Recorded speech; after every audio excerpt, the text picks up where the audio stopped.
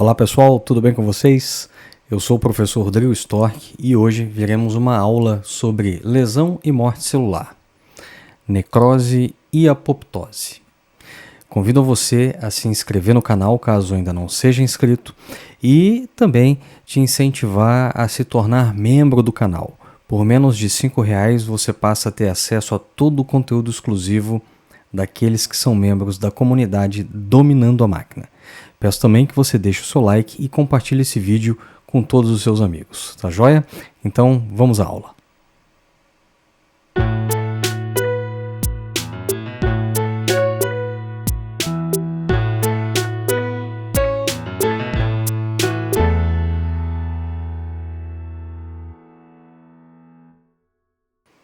Muito bem, pessoal, então vamos lá. Vamos à aula de hoje. Veremos aqui algumas características ou algumas informações que são importantes, né, sobre as lesões celulares, tá bom?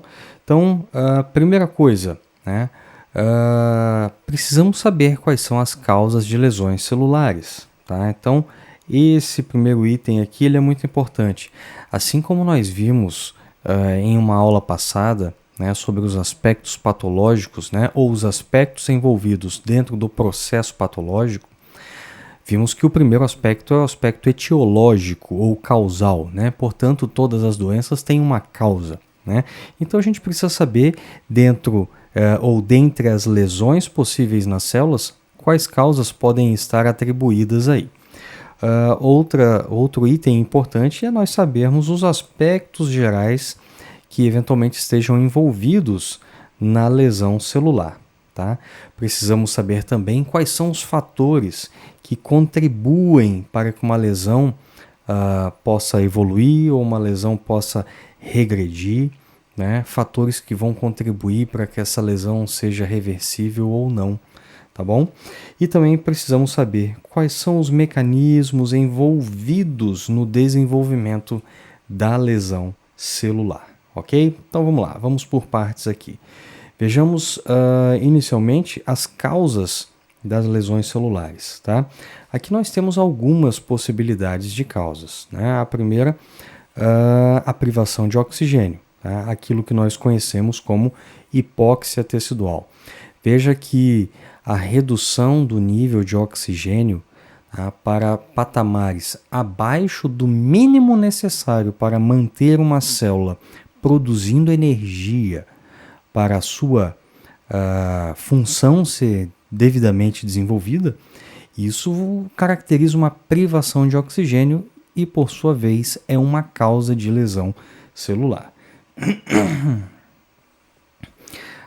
Agentes físicos também são causas, né, de lesões celulares, né? Então, eventos como trauma, né, que é um evento de alta energia, radiação. Não importa a natureza da radiação, a radiação por si só é um agente físico capaz de causar lesão celular. Choque elétrico, tá? Pressão e temperatura. Todos esses itens aqui, eles fazem parte desse grupo de agentes físicos e sim, são causas possíveis de lesões celulares, tá? Nós temos também a possibilidade de lesões celulares por meio de agentes químicos, né? Como o uso de medicamentos, o uso de drogas, ou também o contato com alguns tipos de reagentes. Aqui a moral da história é a seguinte: se a natureza do agente causador da lesão é química, então estamos diante de um agente químico, obviamente. Vamos lá.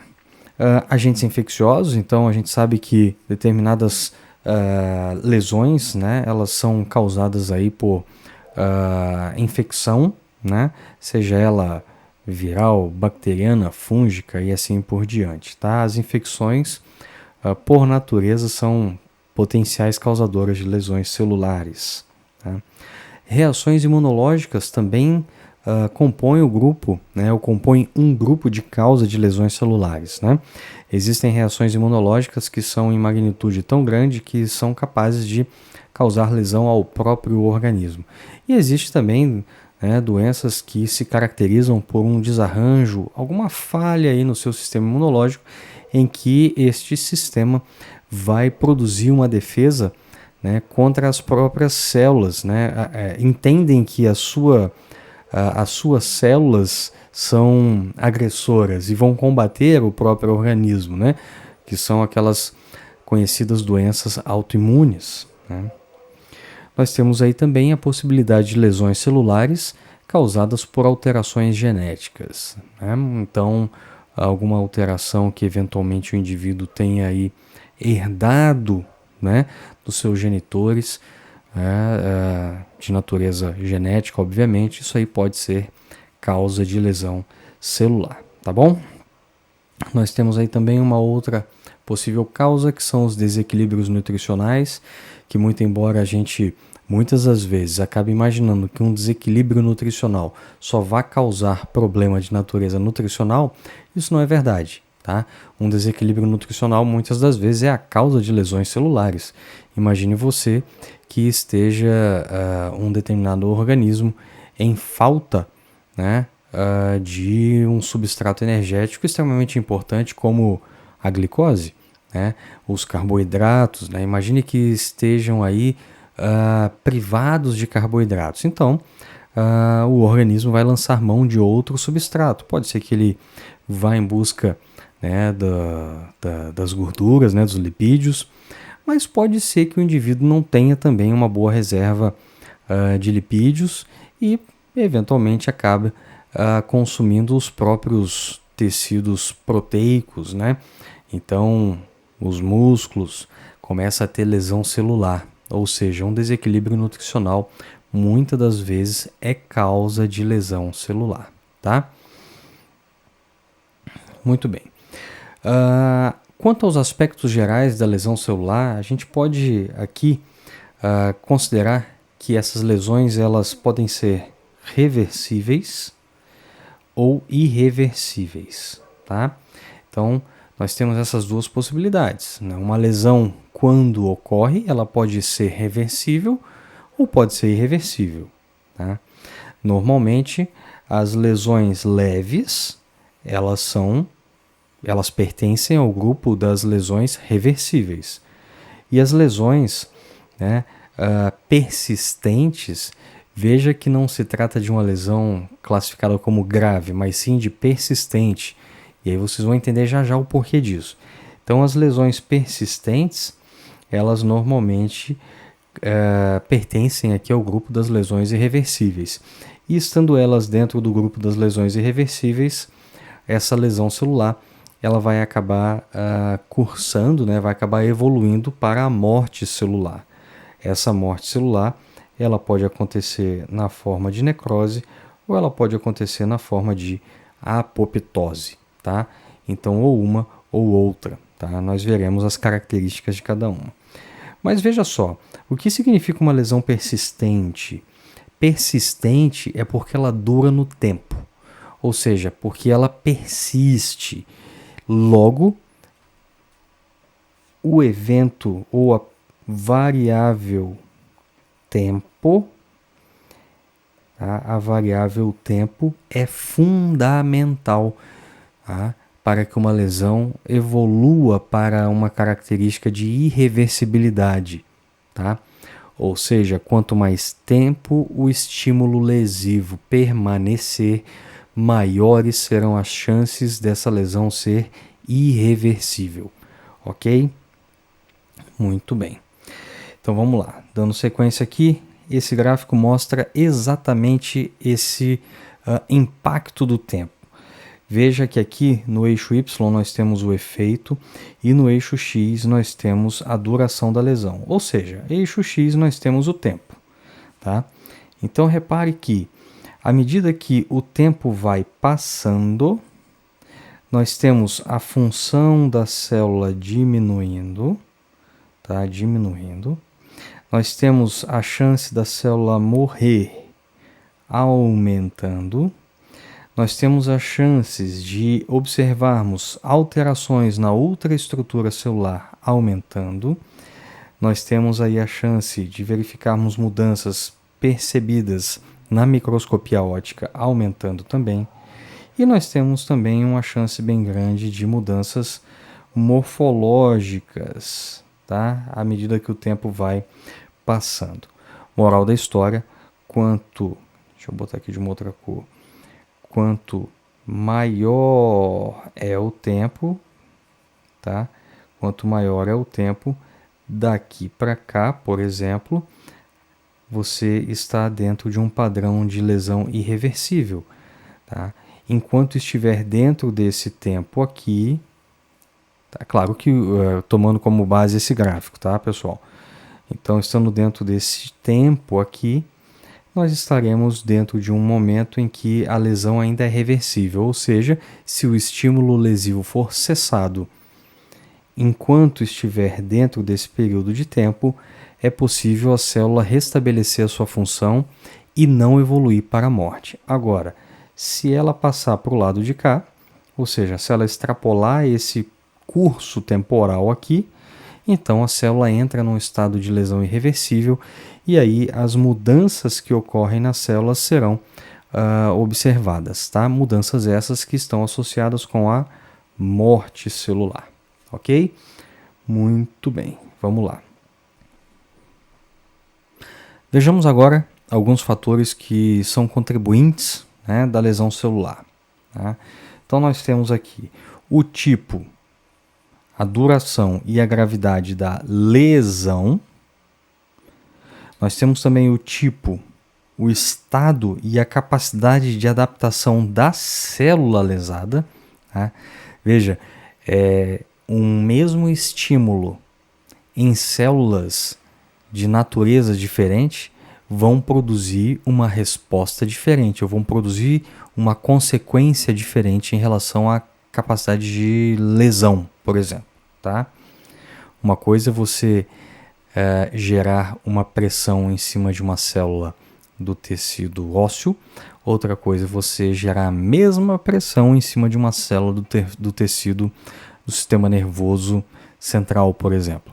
É bem provável que nós tenhamos aí uma resposta diferente para o mesmo estímulo de pressão. Tá? Bom, também são fatores contribuintes, né? Os mecanismos bioquímicos, né? Celulares. Né? Existem diferentes mecanismos bioquímicos que atuam nas células com o propósito de gerar energia, especialmente. Tá? Esses mecanismos, eles mesmos, podem ser causa de lesão celular, a depender de como eles estão. Eventualmente, falta de energia, para eles produzirem energia, né, porque a energia não surge do nada. Até mesmo a nossa usina energética consome energia para produzir energia. Né? Mas, enfim, são fatores que podem contribuir, esses diferentes mecanismos. O que mais frequentemente acontece é um conjunto de vários mecanismos, né, que vão agir de forma interconectada, ou vão agir em conjunto, obviamente, e eles vão ser, então, fatores extremamente importantes e contribuintes para as lesões celulares. Tá? E aí agora a gente vai ver alguns mecanismos da lesão celular. Como é que esse estímulo de fato vai produzir a lesão, tá? Então vamos lá. Nós temos aí 4 grandes possibilidades, né, de atuação de um estímulo lesivo. Tá? Pode atuar sobre a diminuição da produção / geração de energia biologicamente utilizável, que é o nosso ATP. Tá? Isso é um estímulo. Pode acontecer um estímulo causador de dano na membrana da célula. Pode acontecer um estímulo que cause dano no citoesqueleto da célula, ou seja, aquelas estruturas celulares responsáveis pela sustentação celular e pela motricidade da célula também. Tá? Nós temos aí também a possibilidade de um estímulo causar dano no DNA, ou seja, o DNA, que é o nosso, digamos, é a nossa biblioteca genética. Se por acaso ela estiver danificada, é bem provável que nós tenhamos aí lesões das mais diversas aí, tá bom? Normalmente, nós vamos observar como consequência de uma lesão que esteja envolvida, né, com a diminuição do ATP, com dano na membrana ou com dano no citoesqueleto, normalmente nós enxergaremos uma evolução para a morte celular por necrose. Por necrose. Enquanto que um dano, né, um estímulo lesivo que cause dano no DNA, normalmente nós vamos observar a evolução para a morte celular por apoptose, tá? Então já vimos agora que os mecanismos de lesão celular, eles podem causar a evolução dessa lesão para a morte celular, sendo que quando o estímulo envolve ATP, membrana ou citoesqueleto, normalmente estaremos diante de uma morte por necrose, enquanto que se houver um dano no DNA, é bem provável que nós estejamos diante de uma morte celular por apoptose, tá? Muito bem, vamos à frente aqui. Então, o que é que acontece, né? Quais são as alterações morfológicas presentes na morte celular da necrose? Ou quais são as alterações morfológicas que estarão presentes na célula que, caso evolua para a morte, essa morte será por necrose, tá? Então vejamos aqui, tem algumas alterações que são possíveis de reversão e outras que não. Obviamente que essas que não, de fato, vão evoluir para a necrose, enquanto que essas reversíveis possivelmente vão ser revertidas e a morte celular não será a consequência final desse evento, tá? Então, olha só, lesões reversíveis, tá? Ou digamos, as alterações morfológicas reversíveis, elas normalmente vão ser alterações. Então, veja, há alterações na membrana plasmática, há alterações mitocondriais, tá? Aqui é uma alteração, uma dilatação é uma alteração do retículo endoplasmático, há alterações nos núcleos. Veja que são alterações. Enquanto estiverem nessa categoria de alterações, você pode dizer que essas alterações são reversíveis. Agora, se nós caminharmos para o lado da irreversibilidade, nós teremos, aonde tinham simplesmente alterações nos núcleos, nós teremos a perda dos núcleos, nós teremos fragmentação das células, tá? Nós teremos a presença de eosinofilia, tá? Nós teremos extravasamento dos conteúdos. Ora, se a membrana plasmática foi rompida, se ela está rota, se a célula está fragmentada, faz todo sentido a gente imaginar que o conteúdo intracelular vai ser extravasado. E um ponto muito importante, que vale a pena você colocar um asterisco aí, é isso aqui, ó, inflamação. Ou seja, as lesões ou as alterações morfológicas que caminham para o campo da irreversibilidade e, consequentemente, vão conduzir essa célula para uma morte por necrose, elas são acompanhadas de um processo inflamatório. Tá bom? Muito bem.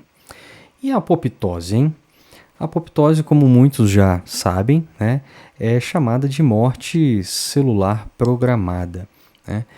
É um termo que talvez não seja o mais adequado, né? Eu gosto de dizer que a apoptose ela não é uma morte celular programada, ela é uma morte celular organizada. Se diz que ela é uma morte celular programada porque existe uma programação no seu DNA para que, quando alguns eventos se façam ou se fizerem presentes, então essa célula vai induzir a sua morte. Por isso diz então que é uma morte celular programada. Mas na verdade ela sim tem uma programação, mas a característica que mais vai chamar a nossa atenção é porque os eventos que acontecem para que essa célula evolua para a morte é uma sequência organizada de eventos, tá? Muito bem. Quando digamos assim, os requisitos para que a célula entre em apoptose se façam presentes ou se fizerem presentes, então haverá ativação de uma cascata enzimática que vai dar início a toda a organização da célula para que ela seja eliminada, tá? Para que ela pratique o seu extermínio. Tá? Isso vai envolver, obviamente, a degradação do DNA de maneira organizada, tá? Vai também envolver a fragmentação das células, também, claro, de maneira organizada. Tá? E aí aqui a gente pode ver nessa imagem, né, de forma bastante clara o seguinte, olha só. Aqui nós temos a representação de uma célula em condições normais. Tá? Se nós olharmos para esse caminho aqui, em que a célula se apresenta numa coloração mais rosa, nós temos o seguinte, a célula está aumentando de tamanho, alguma coisa está acontecendo que essa célula está aumentando de tamanho e, na sequência, você percebe que tem rompimento de toda a sua membrana, tem extravasamento do seu conteúdo, enfim. O que você está vendo do lado de cá, tá, é uma morte celular por necrose.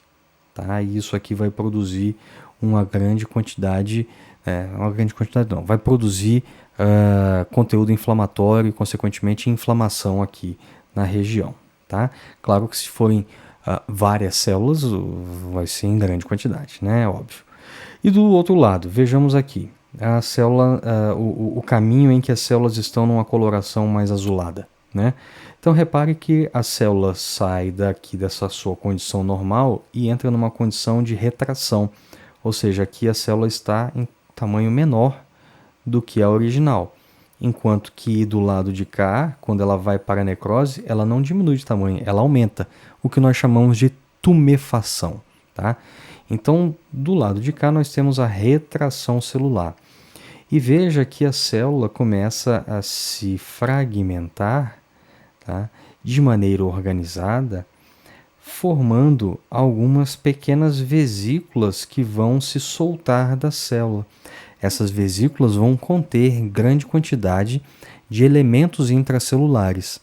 Tá? E essas vesículas, quando se soltam, elas passam a se chamar de corpos apoptóticos. Tá? E esses corpos apoptóticos é como se fosse uma representação bem reduzida da célula, né? De modo que, quando está nessa característica de corpos apoptóticos, células residentes com capacidade fagocítica, né? Então vão fagocitar os corpos apoptóticos. É muito mais fácil essa célula aqui, por exemplo, fagocitar um corpo apoptótico do que fagocitar a célula inteira. Tá? Então, essa fragmentação e formação dos corpos apoptóticos é uma maneira extremamente inteligente e organizada de permitir que os seus fragmentos sejam fagocitados. E quando isso ocorre dessa maneira, estamos diante daquilo que chamamos de apoptose. E como essa fagocitose, né, não vai envolver o extravasamento de conteúdo intracelular, porque as células se fragmentaram em corpos apoptóticos, não há de se falar em processo inflamatório do lado de cá. Então olha que interessante, a célula quando evolui para a morte por apoptose é uma morte que não repercute com inflamação, enquanto que a morte por necrose sim repercute com inflamação, tá bom? Então vamos lá, vamos para frente. Bom, para que a apoptose ocorra, nós temos aqui algumas condições, né? Elas podem ser de natureza fisiológica ou elas podem ser de natureza patológica. Bom, mas como assim, professor? Pode ser fisiológico? Como é que a morte pode ser fisiológica? Pois é, quando se fala de apoptose, é possível que esse tipo de morte seja, sim, em uma condição fisiológica. Tá? Vejamos elas aqui. Ó. Uma condição fisiológica para que a apoptose ocorra. Tá? Por exemplo, células durante a embriogênese. A gente sabe que durante a embriogênese, algumas células que estão por lá, na formação do embrião e no desenvolvimento do embrião, essas células não vão continuar até o final da gestação. E para que elas não continuem até o final da gestação. Assim que elas atingem o seu objetivo, concluem aquilo que elas foram programadas para fazer, então elas atingem os seus, ou elas contemplam os pré-requisitos, tá, para que então ela ative a sua cascata enzimática e entre em estado de apoptose, tá? Então essas células elas morrem por apoptose. Tá? É possível nós visualizarmos também uma condição fisiológica para que a célula entre em apoptose quando falamos de alguns tecidos que dependem de hormônios. E, dependendo de hormônios, se houver a privação desses hormônios, essas células certamente vão entrar em apoptose, tá? Isso a gente vê com muita clareza, por exemplo, num processo de gestação, né? Num processo de gestação, a mulher ela sofre grande variação e alterações hormonais. Esses hormônios eles são estímulo para que alguns tecidos se desenvolvam e preparem o corpo para o nascimento daquele bebê, né?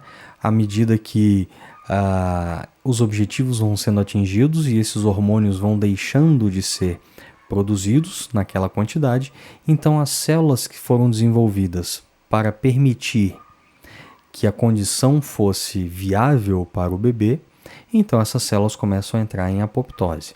Se vocês lembrarem lá da aula de adaptações celulares de crescimento, né, que são as adaptações que falamos sobre hiperplasia, ou seja, o aumento do número de células, como é que depois diminui o número de células? Por apoptose, né?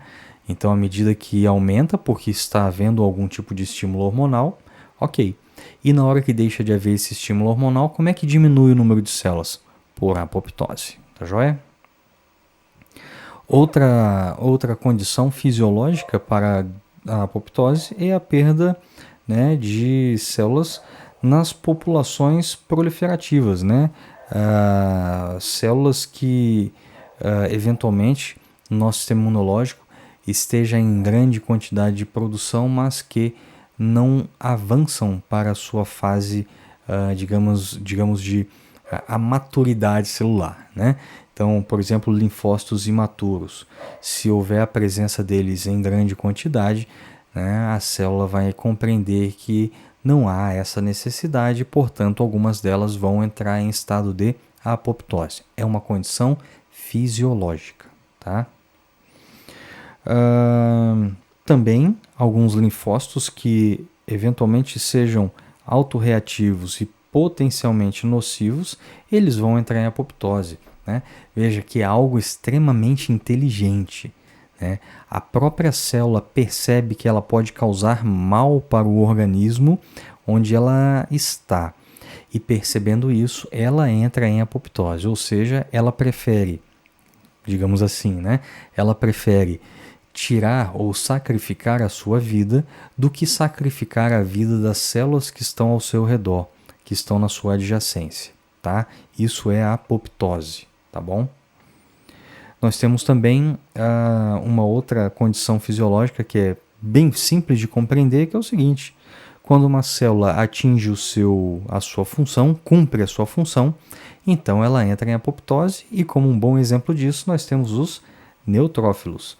Em situações de necessidade de avanço, né, das células imunológicas até um sítio de infecção, um sítio inflamatório, enfim, um sítio onde temos algum micro-organismo atuando, né, esses neutrófilos, ao chegarem lá, vão combater. E ao combater, vão fagocitar elementos por lá, e no momento que atingem o seu objetivo, esses neutrófilos vão entrar em apoptose. Tá?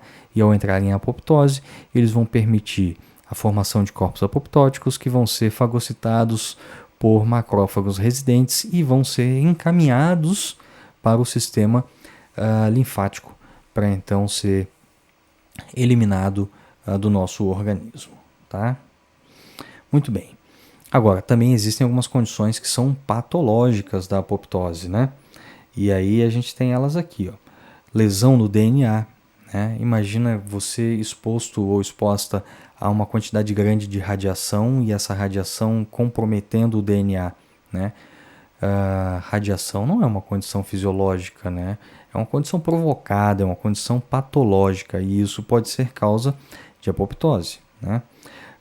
Eventualmente, o acúmulo de proteínas anormalmente dobradas, né, no interior da célula, isso pode ser causa patológica também para a apoptose.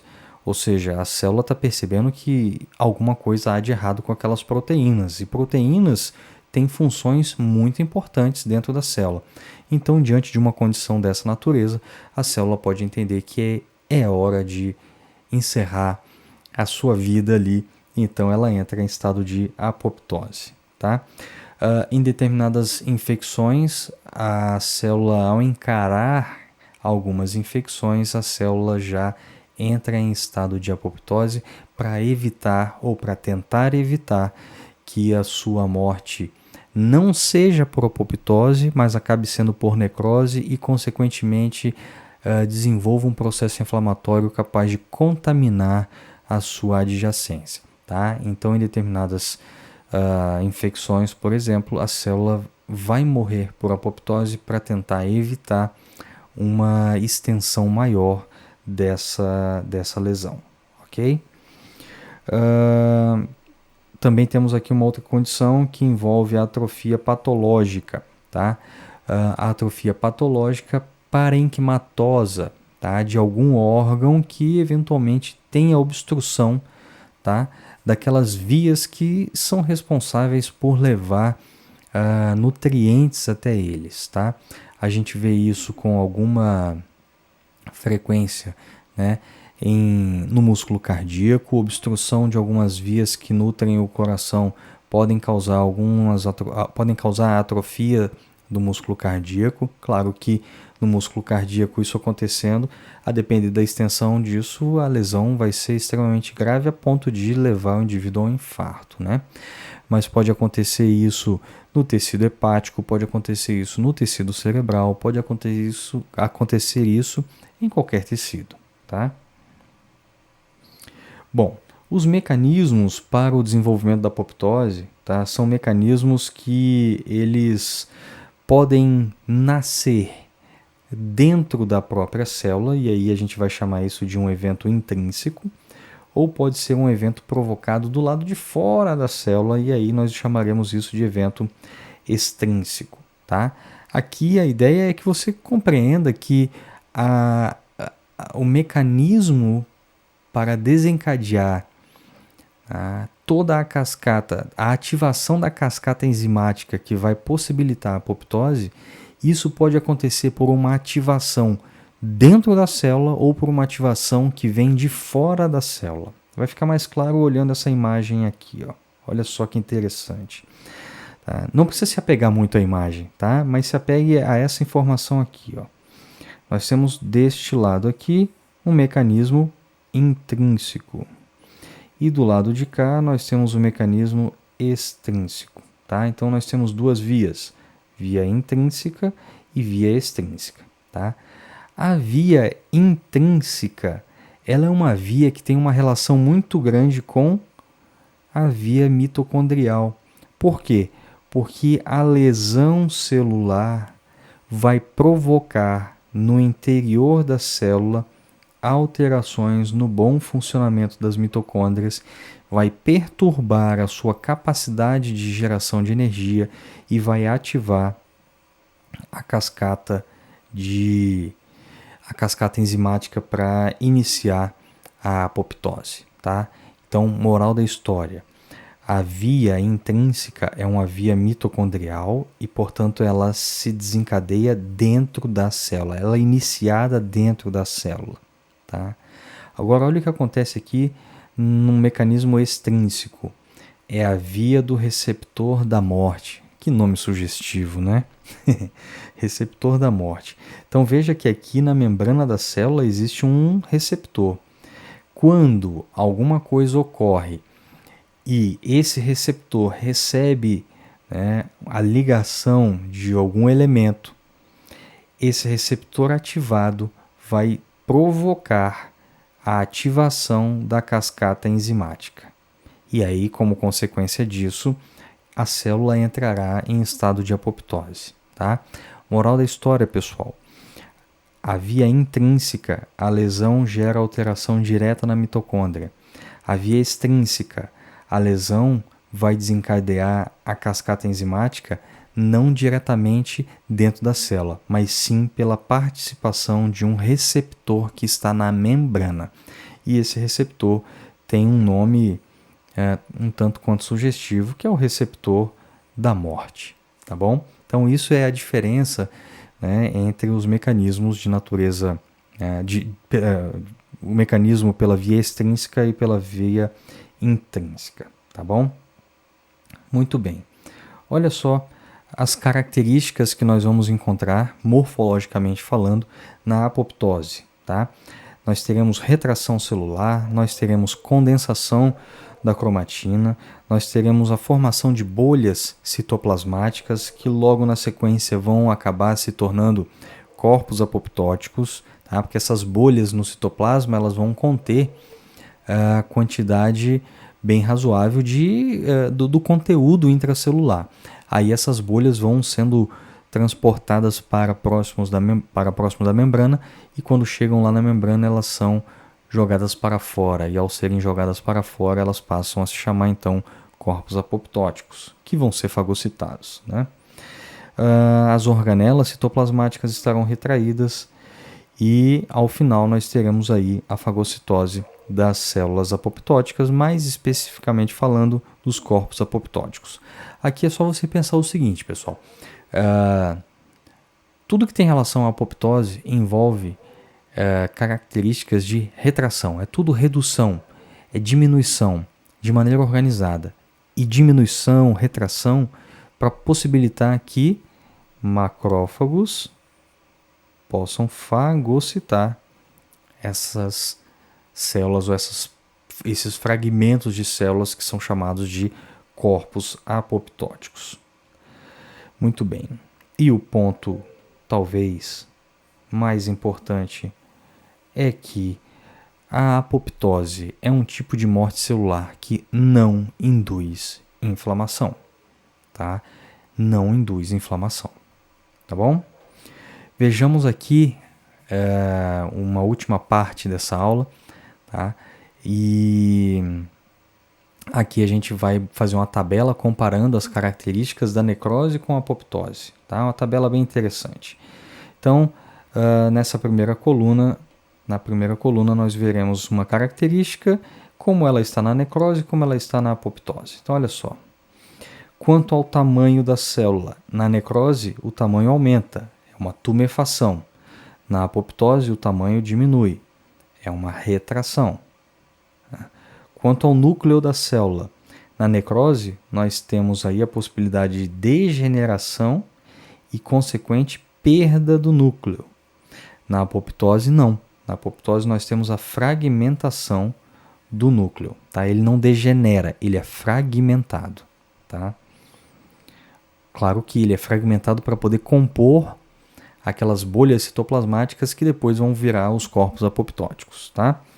Quanto à membrana plasmática, na necrose a membrana está rompida, está rota, e na apoptose ela está íntegra. Tá? Então, na necrose, a membrana está rompida, na apoptose, a membrana está íntegra. Tá? Ora, se a membrana está íntegra, não há de se falar em extravasamento de conteúdo celular na apoptose.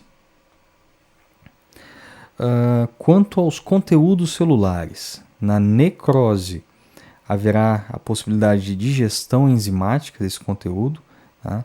Mas podem extravasar da célula. E isso é um grande problema, porque vai potencializar a consequência inflamatória. Né? Bom, na apoptose, o conteúdo celular está intacto e vai ser utilizado, né, ou vai ser organizado para a formação dos corpos apoptóticos. Os corpos apoptóticos, tá bom? Quanto à presença de inflamação, na necrose, frequentemente a inflamação é vista, tá? Frequentemente ela é vista. Na maioria esmagadora das vezes, morte por necrose causa inflamação. Mas na apoptose, morte por apoptose não causa inflamação, ok? E para a gente finalizar, então, nós temos aqui quanto ao papel, né? A natureza, né? A condição da morte, se necrose ou se apoptose. Tá? Quanto à condição fisiológica ou patológica, na necrose, tá? Na necrose sempre será uma condição patológica. Não existe necrose fisiológica. A necrose sempre vai ser por uma condição patológica. No entanto, se olharmos para a apoptose, então nós temos que a apoptose ela está em uma condição normalmente fisiológica, tá bom? Mas, eventualmente, pode estar também ocorrendo por natureza ou por uma condição patológica, tá joia? E aí, gostou do vídeo? Então deixa aqui o seu like, deixa aqui o seu comentário, compartilhe o vídeo com seus amigos, tá? Se você ainda não é inscrito aqui no canal, aproveite para se inscrever agora e considere também a possibilidade de se tornar membro da nossa comunidade Dominando a Máquina, para que você possa acessar todo o conteúdo exclusivo que somente os membros do canal, tá? Os membros da comunidade Dominando a Máquina têm acesso, tá joia? Aproveite para apontar sua câmera aqui para esse QR Code para você entrar no nosso canal no Telegram para receber informações antecipadas sobre vários eventos, tá? E não deixe de me seguir aqui nas minhas redes sociais, tá joia? Um forte abraço a todos e até o próximo vídeo.